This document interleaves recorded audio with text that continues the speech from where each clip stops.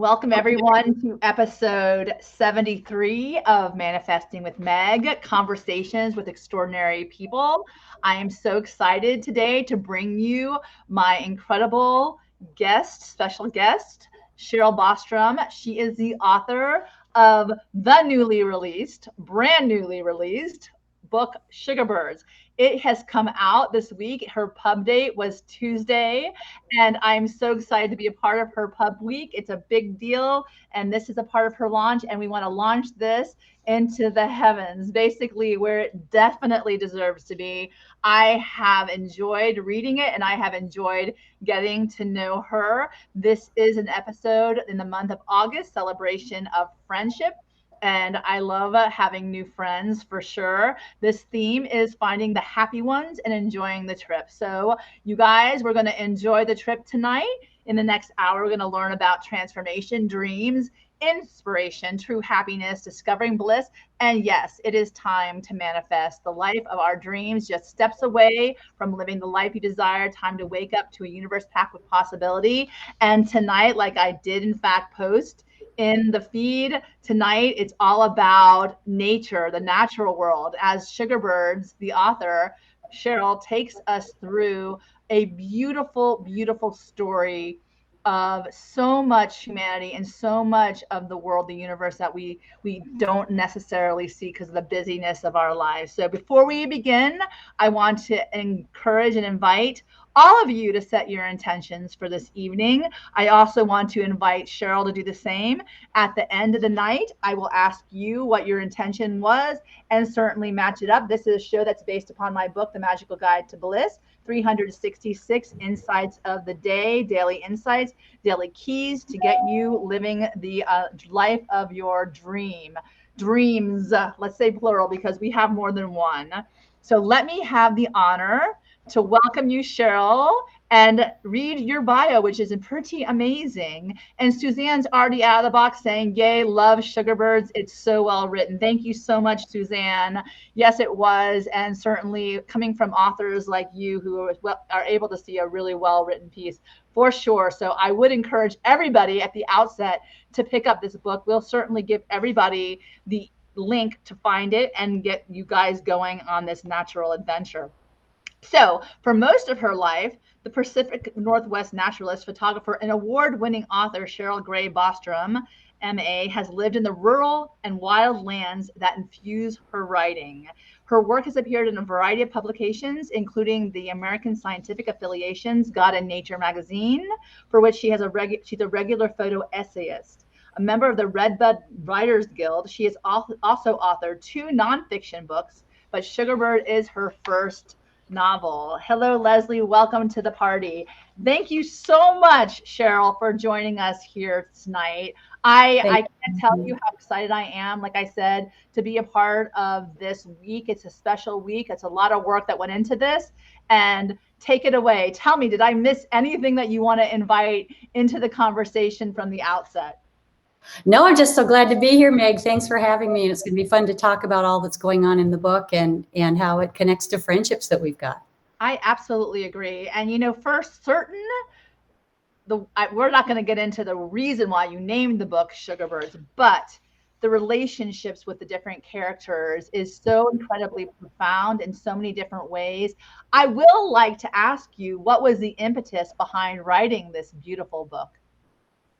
There's a difference between the inspiration and then the idea. And the inspiration came when my granddaughter was just a baby, and I wanted to be able to write something beautiful for her that would invite her into the world that has shaped me, because she and I have a very special relationship, and that she would be able to see the beauty in the natural world and also be able to see the love that's implicit in its design. And then also, because there are some pretty hard things that happen in this book, that she would know that no matter what she runs into, that she can overcome them, and that there's resilience and hope possible for her. So regardless of what happens in coming years, she's got this book, and that was inspiring to me to give it to her in that way. Well, not only is it a gift for her, but it's also a gift for many who actually read it themselves. I think that we know this is the month of celebration of friendships. And it goes without saying, like I said, that, the friendships that have been built upon this experience of you writing the book, and also, the happy ones that you get to meet after, because now that your book has been birthed into the world, there are so many people who are going to love the opportunity to get to know you. And because I'm an author lover, I love to, a little bit of stalking, love to figure out, why, and get in your mind too, because I think it's fascinating, the imagination of a person that could create such an incredible story. The theme tonight is, in fact, find the happy ones and enjoy the trip. And that is a quote from Jerry Garcia of both Jerry of Grateful Dead and Ben and Jerry's fame. And I always say there's really no synchronicities along the lines of what these fall on, these conversations. And the quote is, what a long, strange trip it has been. And I think even looking at the story of Sugar Birds, you could even actually think about that. What a long, strange adventure it's been. But the point of the matter is, I would definitely concur. I want to be around more happy people to experience this strange adventure we're all on, and actually engage people who can give me a different perspective to see the world. My being in Miami, having a very different experience, you being out in the Pacific Northwest, having a very different experience, but yet we're coming together in conversation so that you can share with me how you see the beauty of the world. So go where the happy people are, certainly doing things that make us happy and better storytellers. Most definitely I include you in that bunch. So what are your thoughts on all of this as we start tonight? Well, when you think about story motivating us and shaped by the relationships that we have, this story got started because of friendships that I developed in a fiction writing class. And when I took this class, I was just getting started in the fiction writing process. I had a prompt that said, that out of a writing prompt, there was girl and fire. It was from a list of a variety of them. But anyway, I took the girl and the fire and I wrote a few 100-word sketch. And when I submitted that sketch, the rest of the people in the class, so these new wonderful relationships wrapped around writing, encouraged me to take the story farther. And so I started playing with that idea and kind of sparked the notion in me. And then she started keeping me awake at night, this girl. And, so I ended up with Agate, who lights a terrible fire, flees into Pacific Northwest forest, and then she hides because she thinks people hate her, and she's afraid to come home. And so the rest of the characters are trying desperately to bring this little girl home and to find her before the wildernesses that they all encounter consume them all. So that was an indirect answer to your question. But a great answer to the question. And I want to welcome Cindy as well. She's here to support you tonight. And I want to say clearly, with regard to what you just said, it's amazing. And I think we've talked about this, how much shame plays a role in many of our lives that impact our decision. And certainly, she and Agate is only 10 years old. So she's a mere child, but yet it's causing her to set out and really do adult things by surviving in the wilderness. Whether she does or doesn't, that's for you guys to find out. But the reality is, what a powerful emotion or driving force shame is. And tell me about that, because it does, that theme did speak to me very strongly in this book. And I really, I have my own kryptonite around the whole concept of shame. So I would love to know where you were coming from with regard to this. I had a mentally ill mother, and there's a mentally ill mother in this book. And it doesn't take a mentally ill mother for parents with their own foibles to foist shame on their kids. They're dealing with their own stuff, and typically our parents are younger when they have us, so they haven't worked through a lot of their own stuff. But there's an awful lot of projection that can go on between parents and children. And then here are we as children, whether that's Aggie or Celia and her family, and they receive the messages that they're hearing, that they're bad, or that they're not enough, or that, they've done something that's irreparable, irreparable, that they can't recover from. And shame can cause us to create our own exiles.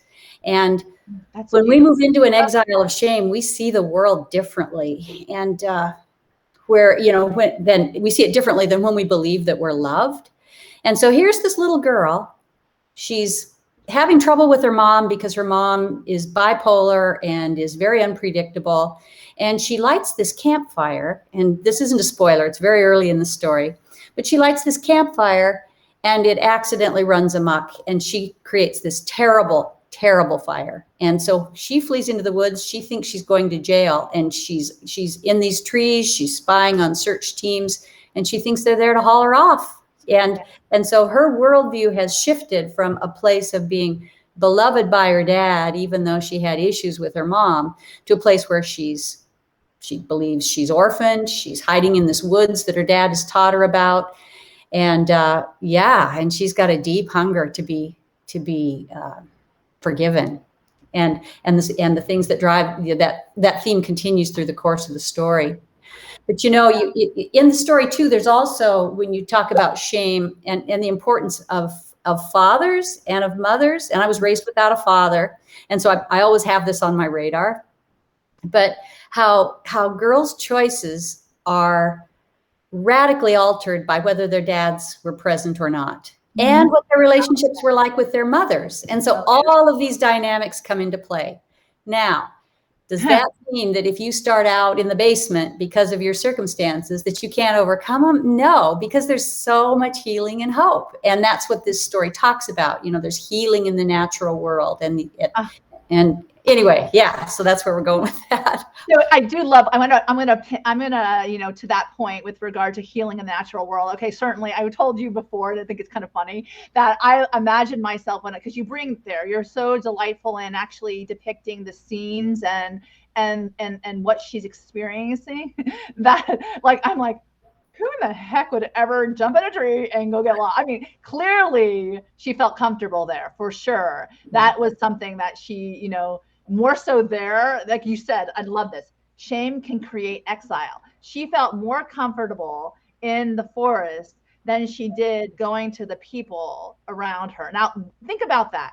And I want to ask you specifically with regard to that, did you find more comfort in the trees than you did initially with the different people who showed up in your life? Because life imitates art for sure, but yeah.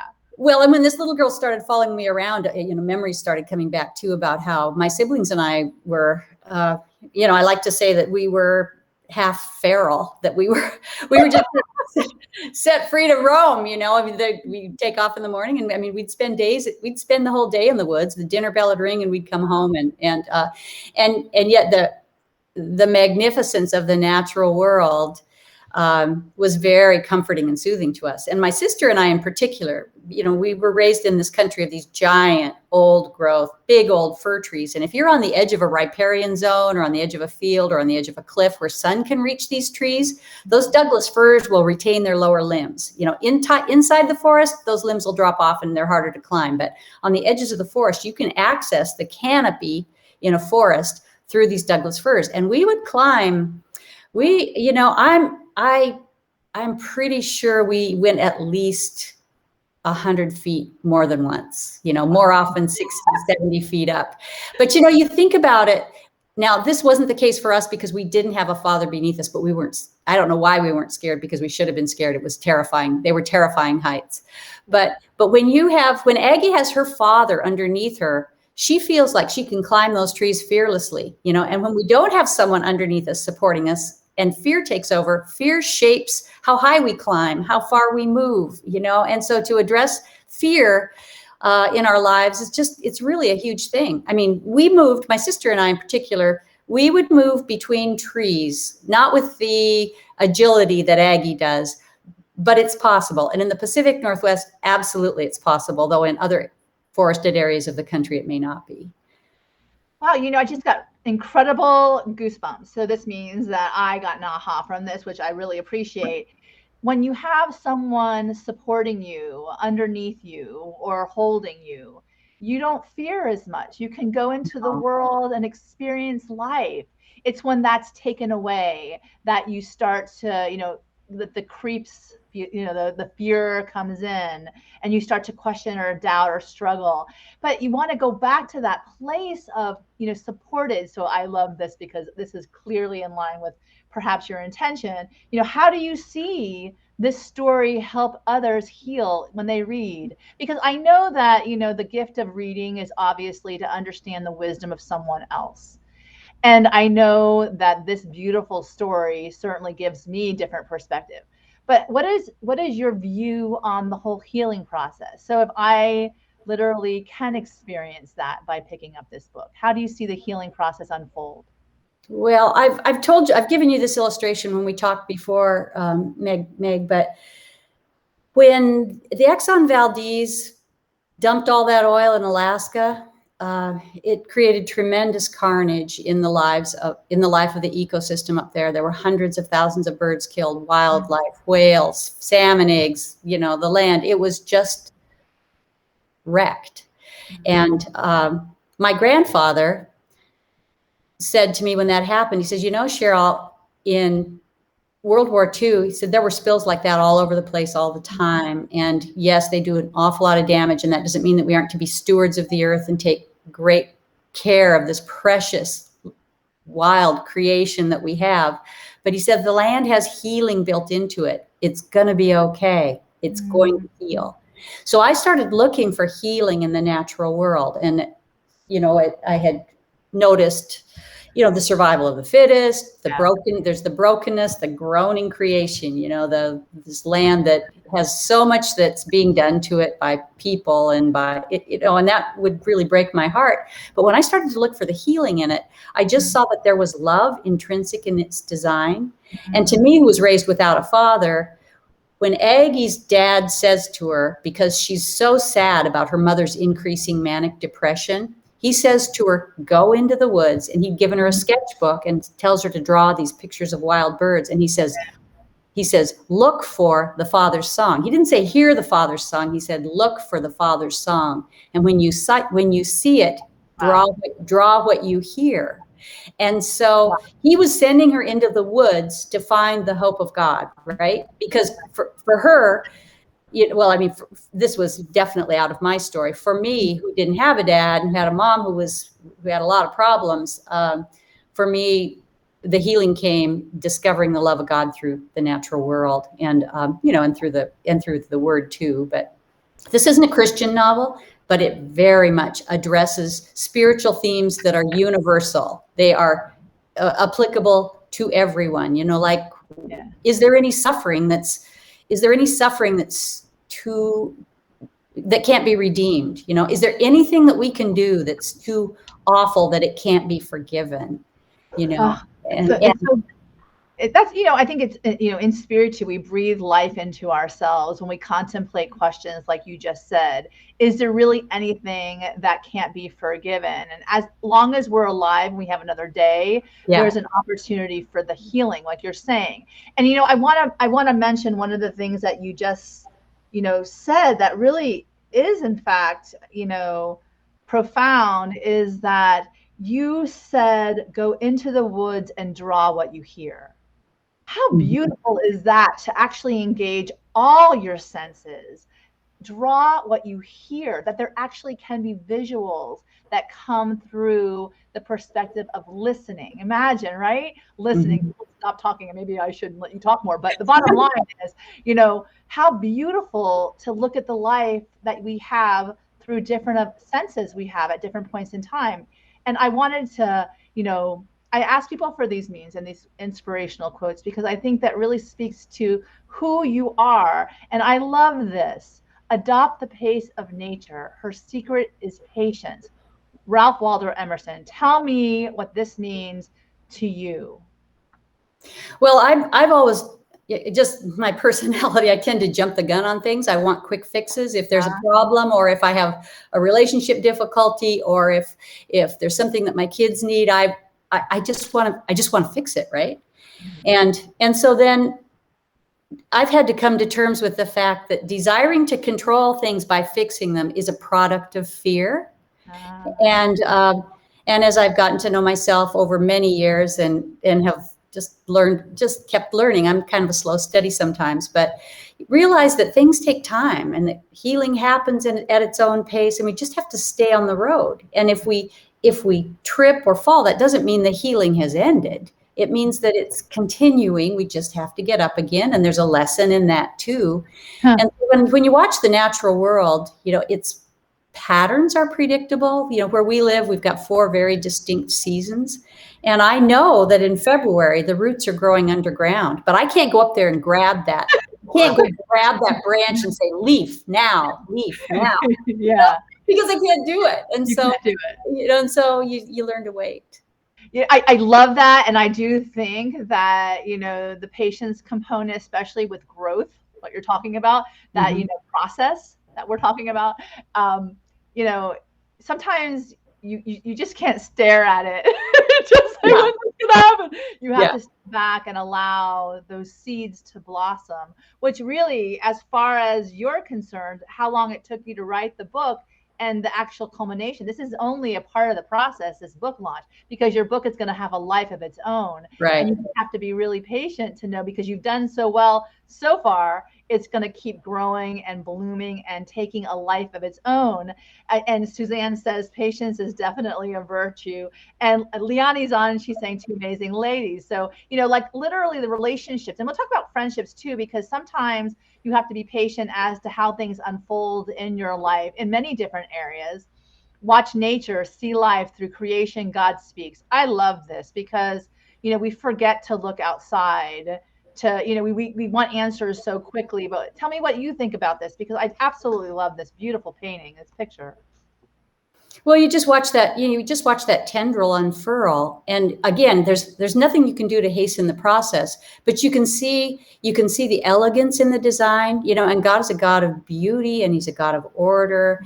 And so you look all around at what's going on, it's infinite variety. And just as you and I are as different as night and day, we still share this beautiful connection that is all part of this magnificent creation, and so when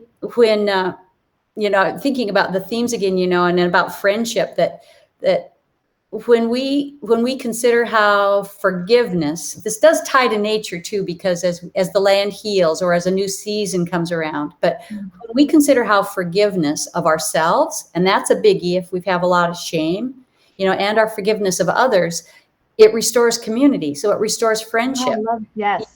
And how often have you, I don't know how many sleepless nights you've spent, but I would guess that I have spent an inordinate number of sleepless nights working through conversations in my head about how I can make somebody think a certain way, or solve a problem, or make my point, or whatever. And that is just wasted time. Oh, wow. And so trust, for me to learn to trust that this too will pass, this will heal, that I am beloved and the person that I care about is beloved, and that we can connect on that point, not about who's going to be right or wrong or who can control this or that. You're talking to a lawyer, Cheryl. That's kind of difficult. I step back and think, okay, no. But I have to say that what you've said right there is just wasted time, seriously, because at the end of the day, you've lost that peace. And reality is that if you go into, and I go back to what you said, I just love it. Draw what you hear. So the bottom line is maybe your answers come in the silence, right? Mm-hmm. Maybe the answers don't come necessarily in the complete silence, but how the creation of God speaks. You never know until you actually jump out there and see it for yourself. And that's minus the ruminating. That endless hours will have you stuck in the shame spiral, and that start the path to forgiveness. So I love that. And Linda is saying, I love your insights, Cheryl. And you are amazing. And I think that one part of the book that's incredibly profound is how that you can bring those insights into the storytelling, which is so deep and rich and really brings you to a place where you can take something at least impactful. Even though we're so different, like you say, I can still experience this beauty through your eyes. And then Suzanne's saying in the middle of the night conversations and where she's just staring at the ceiling. And that was what happens, you know, there. No kidding. No kidding. So this one, study nature, love nature, stay close to nature. It will never fail you. Frank Lloyd Wright. Beautiful. Tell me what you think, what your thoughts are on this as well. It doesn't matter how I'm feeling. If I head out into the natural world, you know, I hear love's voice. I mean, look at that turtle. Look at how well he equipped that little creature is. It has everything he needs, everything. And the provision is perfect and the provision is beautiful. And that's what, that's available to us too. And and then no matter what happens to us, that even in the midst of tragedies, there's some really hard stuff that happens in this novel. Yeah. But it's not a dark novel. That you just keep the characters learn to keep their eyes open for these surprising redemptions. And, when you think about control and about how Aggie has to grapple with the fact that she really can't control what's going on in the woods. Yeah. And yet we have another character in there, Cabot, who many will identify him as a classic narcissist, but the choices that he makes are vastly different, and he's coming out of a place of pain, but he's chosen a different path. Yeah. And so that will be interesting for you to contrast with that. He doesn't understand relationship or friendship. As we talk about friendships, Burnaby, the autistic young man in the story, is precious because of his differences. He actually sees his feelings in different colors. But one thing that his mother has taught him, as he's very black and white and he's learning how to navigate this friendship dynamic, is that we need reciprocity in our relationships. Yeah. And his mother, he says, yeah, mama teaches me, you throw an apple and the person throws it back and you catch it, and so just that illustration, even thinking about that. And so Celia, who's pretty self-centered, she's 16 years old and she's this pretty hot chick and she's super smart. And she's just learning about what does that mean to care more about somebody else than just about how your own world is going for you. And that takes patience too. It takes time. I was wondering in your mind, what does Celia look like? I kept thinking, you just said this hot chick. Okay, yeah, okay, she's 16, she's a hot chick, but is there is there a bit of an arrogance about her? Literally because of what she's experienced with her parents as well. But otherwise, but I always kept thinking, what is the author? How does this author see her? I mean, I have a visual of her, and certainly I know it's not, coming from my eyes, it's going to be very different than yours, which is a beautiful thing of imagination and book reading, right? You can take yourself on a journey and it might be like, wait, that's my book. That's my book. Is that really what, But for you, how did you see her in this whole unfolding? Well, because she's a scholar, she's been a bit sheltered, until she connects with this friend Meredith, who recognizes that this girl, I just do a little doctoring on this girl, and she's going to be a magnet, for the life that Meredith likes. Yeah. And Celia's dad's just having fits about this, and that's why he wants to get her out of Texas. Do it. Yeah, because he has to take off on a job, and so he tricks her into coming to Washington, and she's ending up staying with her grandmother. But she's stunning. She's probably about 5'10", long black hair, very vivacious. She's probably could be your sister, Meg. Oh, I would love to have her as my sister. She's welcome any day that we. Although my sister that's going to live on a farm, and I literally will not go join her. But no, I have to say what you're saying as far as the whole, scientific approach, she's very good at math. That's was something that she would, and then her relationship with Byrne, the whole thing, it was just really, that was a friendship I enjoyed very much. I enjoyed the interplay between the two of them because I think that they brought out a lot of the really strong traits of each other, and I enjoyed reading it. So I really think that was a strong point in the book, is how they interplayed and how they supported. And even though, Byrne was a little different and she was trying to find her own way, but I laughed. My son's going to Italy in the fall, and I was like, maybe I'm sending him there to get away from a lot of his, no, But I was like, yeah, but there are things parents do. And you're saying, for real, that it's because a place of love. And that's what you were talking about before. And I go back to this one last quote that you have is climb the mountains and get their glad tidings. Nature's peace will flow into you as sunshine flows into trees. Wow, John Muir, what does this say to you and in contemplation of the book as well?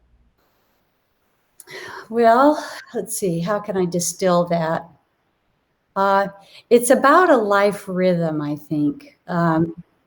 When we're afraid or when we're detached from the natural world and or when we're detached from the natural world, it's real easy to get frenetic.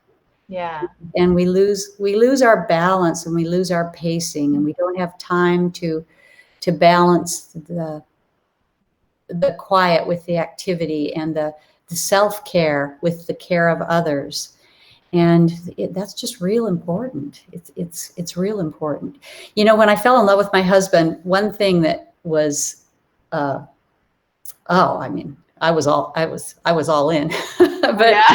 when I found out that as a kid, he used to try to make robin's nests. He would find them and he would get them, it's a different world out here, but he would get the mud and the sticks and he would try to shape it. And of course, any human effort to create a bird's nest is going to be second rate, and then I found a drawing that he had done where he had also drawn some of these nests. And I just thought, ooh, there's a place here where we can connect at a level that I've never really had with somebody before. And I don't know what question. Oh, it was about the picture. Where am I going with that? But it's really beautiful. And I love the fact that you brought your husband into this because it's about relationships and friendships, right? And where you find people who align to that place of commonality, and that brings something alive in your own spirit, your own heart, and I think that, for you, I imagine, well, I don't imagine you've always lived out in the Pacific Northwest, correct? I mean, that's where you found your space and your world. But I wanted to follow up on what you said about the whole fact is that when we're not connecting to nature, it's this frenetic energy. And I think coming out of COVID, all of us, have been disconnected to a certain degree. And in light of what is happening around us, people have stayed indoors. Now they're going out a lot more. But the reality is that disconnecting from the natural world, like seriously plays games with the balance internally. Oh, and yeah. And then going back to, you and your husband, the relationship that you both have, is that finding the beauty in creation there, and his creating a robin's nest and you're creating, your words, to the page, both of you bring a lot of beauty to this world, and certainly, it'll flow into you as sunshine flows into the trees, which is what you do with your words and your book at this point. So, one thing is the gift of your ability to write and his ability to be there with you and in that world with you so that you can share it with everyone else. And that kind of goes back to the beauty of the conversation that we're having right now. One of the things I love to do, with these conversations is to shine a light on the extraordinariness of the people that I get to interview, which I see you as an incredibly extraordinary person, certainly by virtue of your skills as an artist. I say, draw what you hear, but really, create your what you write. And then, coming back into how we benefit others by sharing our path, how can you share through service of this book with others, what you've used in your life to keep you moving forward, on your path and trusting the process? What do you mean? Explain that a little more. What do you want? So for instance, I say you have a gift. You're definitely a naturalist. You love the beauty of the natural world. You're surrounded. You bring it to light in what you write. This is not your first book. You have 2 nonfictions, and those are engaging in the same kind of content, but in nonfiction. So basically, now here with this novel, I love to play out the whole idea of how do you keep moving forward to see it come to fruition, to finish what you started, to begin again. Like, what are the tools that you use that you can inspire other people to get their minds around? Well, my faith is huge, because without my relationship, well, you can talk about a relationship with God, but I think things really changed for me when I realized that that God wasn't a God of condemnation, that He was a God who treasured me, that I was beloved, and that He wanted relationship with me. And so then everything that I could do going forward, and this was a radical, dramatic, huge shift. Everything that I do could be done out of that place of belovedness rather than the hunger and the search for belovedness, where I'm out there trying to get it, or trying to seek approval, or trying to get people to like me for this or for that, or to appreciate my work, to give me a sense of worth, because that's a dead end. Yeah.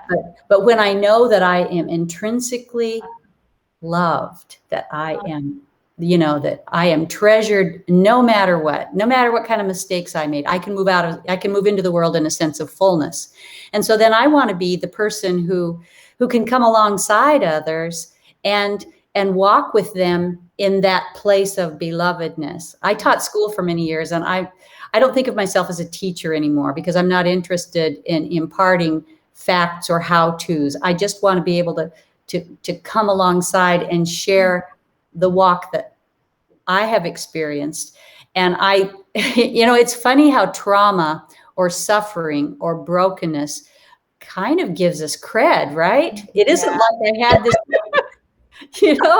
I didn't have it wasn't an idyllic childhood. It was fraught with some of the real hard, bad stuff. Yeah. And yet, that doesn't have to define us. It doesn't define me anymore. It doesn't have to, it just doesn't have to define us. We can emerge from these hard places with beauty that, is really beyond us, because life doesn't originate within us. It's imparted to us. And I don't know if I'm answering that question, but you totally did. And the fact of the matter is, to shift from looking for belovedness to I am beloved is such a game changer. It takes the neediness from the experience to a knowingness. And I love that you said that. And the reality of the matter is, what an incredible, empowering tool, because you give not only yourself the freedom, but you also give permission for others to be human. And in that, share your story. I say that my friends accuse me all the time, Meg, you always want more drama because you're always going to write about something. And I was like, not true, maybe true, not real. I was like, you know what? What's the point of literally going through something in your life if you can't use it, that wisdom, to move yourself to a more enlightened state? Exactly. I was like, why not? Why wouldn't you? Right? Yeah. And, I have this vision to engage others into these kind of conversations. And I think authors are the greatest conversationalists around, because not only they use their words on the page, they also can bring it to light in a way that will inspire people to not only pick up their book, which I really do encourage you all to do, but also to start in the spirit of learning. Now, you say you're no longer a teacher because you don't want to impart facts. You're a different kind of teacher, because you're imparting knowledge and through a different mechanism now, through the spirit of learning, which is really what, I experienced. I learned something new, which is always, the best thing. Downloading, instead of a computer, you download it through a book. So the other thing I wanted to ask you with regard to the spirit of learning is, how do you prioritize this time in your life, this new season, this decade of life? You finished a beautiful book. Now you get to play in the world of where does it go? So what are you prioritizing for yourself with all the lessons that you've gained from the experience of writing a novel? Well, first, I really have to distill my activities. I like doing a lot of different things. I'm a photographer. I spend a lot of time outside with my camera. I'm an outdoor photographer. and, you know, just for fun, you know, I mean, I do quite a few things with those pictures, but it's still just a joy thing for me. But I have had to pare away as part of another season, just lots of different activities, because right now this writing is what I want to do. And there are only so many hours in the day. Yeah. And there's just a real joy. There's a real joy in the simplicity of it and in being able just to dive in. And my husband did this amazing thing about, I don't know, 3 weeks ago. He says, you know, Cheryl, he said, I have a proposal for you. And I said, oh, and I'm a little worried about that. He said, I think I would like to do all the cooking from now on. And I said, well, you know, to twist my arm. But anyway, but what he was really doing was giving me a gift, you know, the freedom to be creative in this next venture. And I've started the next book, and it has Celia and Burnaby are in that book, and it's another nature novel, and it has a lot of layered characters in it. And so he's just created this massive amount of time for me to do this work as I go forward. And I really think and trust and hope that from the way it's developing so far is that this book will be very freedom giving to people as they see themselves in these characters. And that just gives me a huge amount of joy, because then it's like when we are full, there's this overflowing, and you never run out. And yeah. And so, and the other thing too is I'm in my 60s, and I started writing in my 60s. And there are two things about that. And one is that I have lived all these different ages that I'm writing about. Yes. I have made tons of mistakes. My characters have made all these mistakes, but I'm emerging knowing that it's okay. And then I also have, the clock's ticking though, you know, maybe I'll have my brain working pretty well for another 30 years, but maybe I won't. And so I don't want to waste time. You know, and I've become more, even in the not wanting to waste time, it isn't like I've knuckled down and become way more serious and all about the, you know, getting this done. I've just become more playful, because this is today's what I've got. Today's what I've got. And I'm going to go outside today, and I'm going to play today. So I answered 5 things. But you did, and I love this. And you know what? The other thing I came to mind is when we were talking with, preparing for this, we were talking about the Enneagram, and I think that was like really profound. And I know that you're a 7 on the Enneagram. Can you explain a little bit of the qualities of someone who is a 7, looking at life through your eyes now with this playful notion, how you get to embrace the world as an author, when your first novel is out, and how you get to like play. It's really kind of exciting that this kind of plays into each other, I think, at this point. Yeah, it does. I have been since I learned about the Enneagram, I've started to pay attention to how often I use the word fun. I use it a lot. You know, instead of just saying, well, did you learn something there? I'll say, oh, did you have fun? And so that's a big piece of it.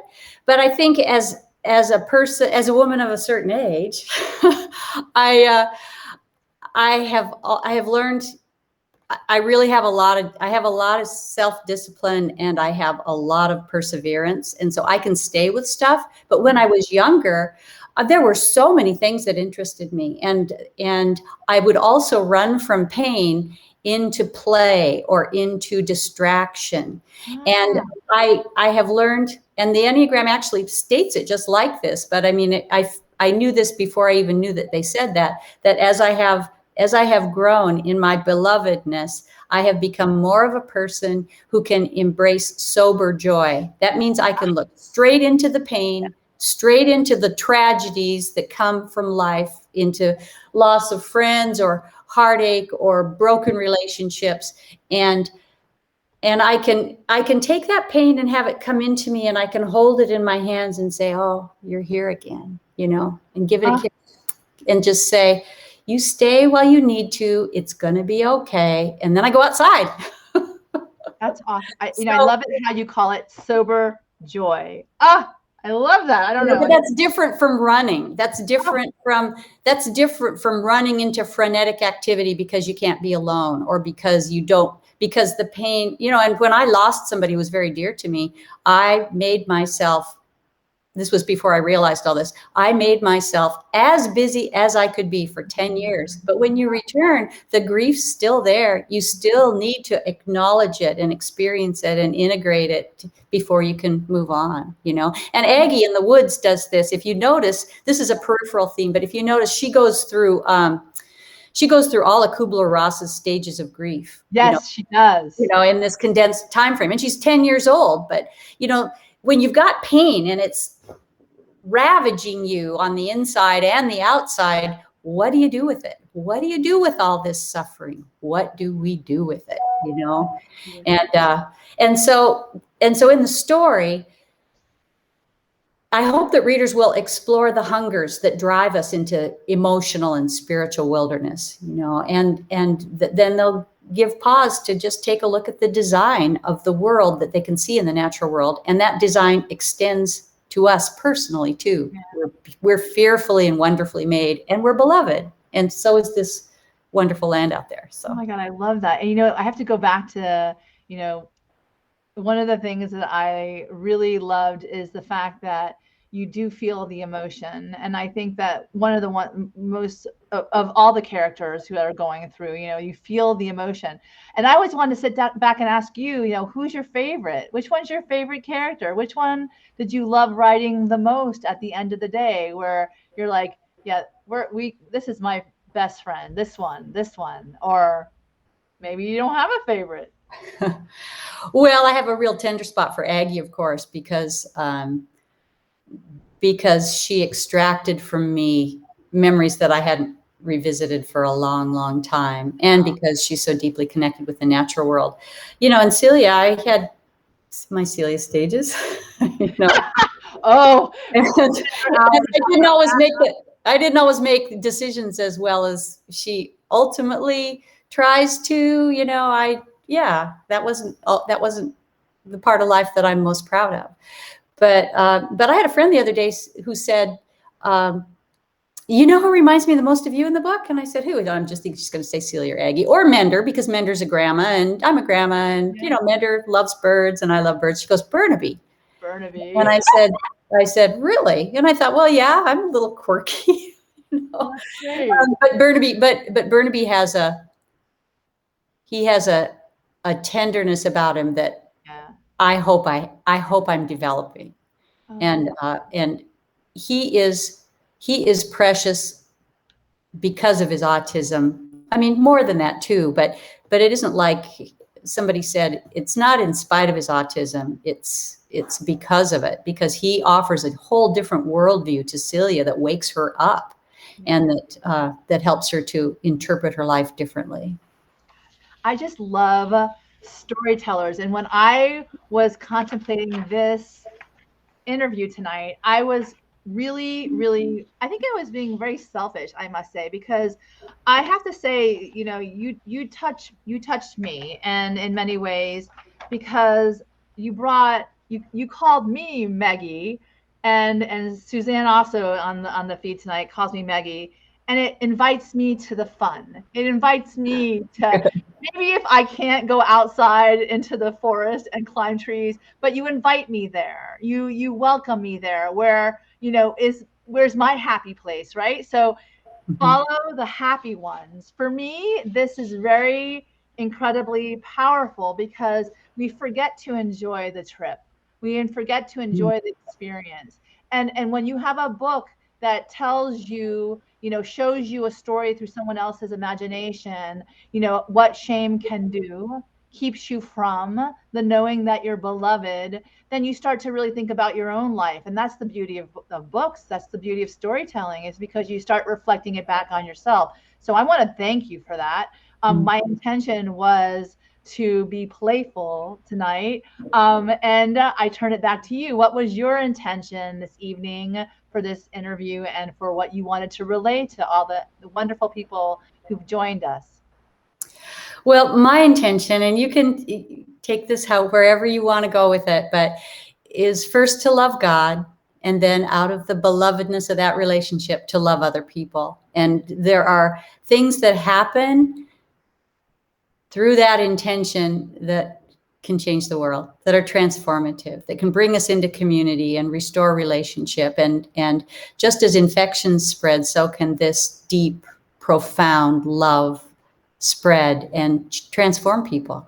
And I hope to do that in my writing. And I hope that when people read that they don't view it as it's not a Pollyanna book. There's a lot of terrible things. There are a lot of terrible things that occur in here, but there is this overarching hope that is not fake. It is reality, and we need to hunt for it. Go in the woods, go in your wilderness and find it. It's there. Go get yourself some sober joy, everybody. And yes. You picked what page number tonight? I picked 125, and it's entitled Strengthened by Your Faith. And there are a couple of lines in here that I just love, Meg. First off, Viktor Frankl, the Austrian neurologist and most notably the Holocaust survivor, wrote, "Just as a small fire is extinguished by the storm, whereas a large fire is enhanced by it, likewise, a weak faith is strengthened by predicament and catastrophes. Likewise, a weak faith is weakened by predicament and catastrophes, whereas a strong faith is strengthened by them." And then you write, "Without fail, even in the toughest circumstance, a strong faith in the unseen," and for me that's the living God, "will carry you there. Transformation is a process that can involve both struggle and triumph." And then further down, "Whatever problem you face on any given day will leave you stronger than before as your light returns and you come to know that with faith, all things are possible." Yeah. And then your magical key to bliss: "Write down your problems and ceremoniously ask for divine assistance to help you with the solutions." And I think one thing that's been huge for me is that I have a lot more ability to move through the world with resilience and power and love when I don't feel like I have to know all the answers or be in charge, or, I'm in charge of a lot of things, but I don't have to be orchestrating all these outcomes. I don't have to know all the outcomes because it's going to be okay. Yeah, I love that. I have to say the synchronicity of the quote that you just spoke, and that aligns with the beginning of your book about the fire. I did not lose that. That's for sure. Certainly the fires, there's, is just a powerful burning away of and giving light to. And I have to tell you this, Cheryl, you clearly remind me of a lot of the most powerful strengths of my own mother, which, coming from a situation where you did not have a mother that was strong, you certainly have embraced those qualities, not only in the way that you write, but the way you interact with other people, which I think is a beautiful gift, and the world needs more of that. And I think that, and also shining light through the gift of your words on others, is a wonderful friendship to have in your life. Your friends are blessed, I'm blessed, and the many people who are going to know you through the words in your book are going to be blessed. Certainly your intention does come through, and it is incredibly beautiful, as is the gift of your writing. So without further ado, I ask you to please share with the audience tonight where they can get your beautiful book. And I will definitely include the feed after the fact so everyone can go and find it at your location of choice for sure. Okay. I love Village Books in Linden, or bookshop.org. I really want to support independent bookstores. We want to keep these bookstores alive. And also, I think it's called Libro FM, it has the audiobook, and I had just the sweet, amazing experience of having Jane Entwistle read this novel on audiobook, and wow, did she get it right. So for all you busy people who can't actually sit down and read, she does have an audio version of Sugarbirds. And yes, she did get someone incredible to read these words. So definitely check out Libro.fm for the audio version. And also, like she said, bookshop.org and Village Books, who did her actual launch day show, which was wonderful as well. I do want to give you the opportunity now to give us all a final inspiration as we embark on our own rest of our adventure, and also I do want to share with everyone the beautiful cover of your book in person and your depiction of the harrowing, tender account of young Aggie, who lights a terrible fire and hides in the Pacific Northwest forest, evading those who must bring her home before wilderness claims them all. A riveting story about trust and the search of forgiveness. So, without further ado, a final inspiration, a gift to all of us from you. I would just say go into the woods or wherever your woods is, where it's the beach or, a sidewalk patch of grass, and look for the Father's song and then draw what you see. Ah, I love that. Draw what you see. Draw what you hear. I guess Yes. draw what you hear. Use all your senses. Yeah. Engage Draw what you smell. Yeah. Because as you said many times, everything that we need in life, we already have. We already are beloved. We already need to understand that there is no way, in any way, shape, or form, that any of us are failures. Shame only keeps us from the notion that we all are worthy. My God, read Sugar Birds. And then she's going to follow up with more stories, so we get to continue on that path together. I want to thank you again, Cheryl, for this incredible interview. You are a gift, and I really have enjoyed this conversation.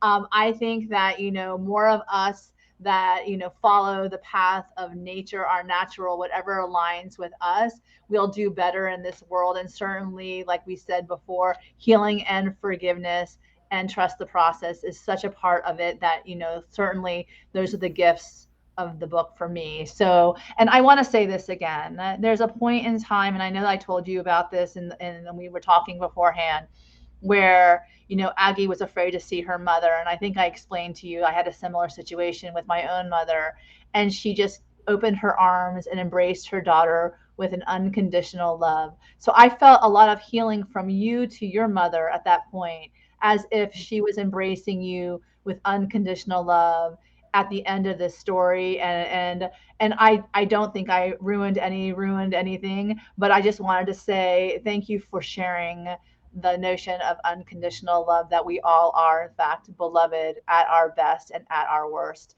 So remember, everyone, we're here to be deliberate creators of our lives. Dream big. Let us all together raise the positive vibration on this planet. Let's love ourselves, be bold, understand your worth, understand that you're beloved.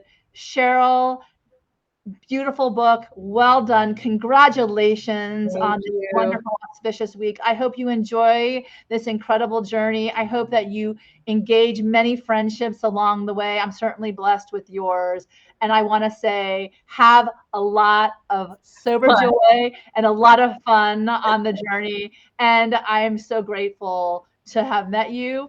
And once again, I also am coming out with my book in September. So I had the blessing of Cheryl reading it as well. So I was very grateful as well. And like I said before, it feels like a hero's journey, Cheryl Birds, which is one of my favorite things. It feels like this young child is going through an experience that, we can all certainly relate to, even if it's in a different scenario. It's one of those true stories of life, the call and what we do when we're challenged the most. And then at the end of the day, you get to find out what happens. So thank you again, Cheryl. You're amazing. And I hope you have an amazing rest of your time with this incredible book. Good night, everybody.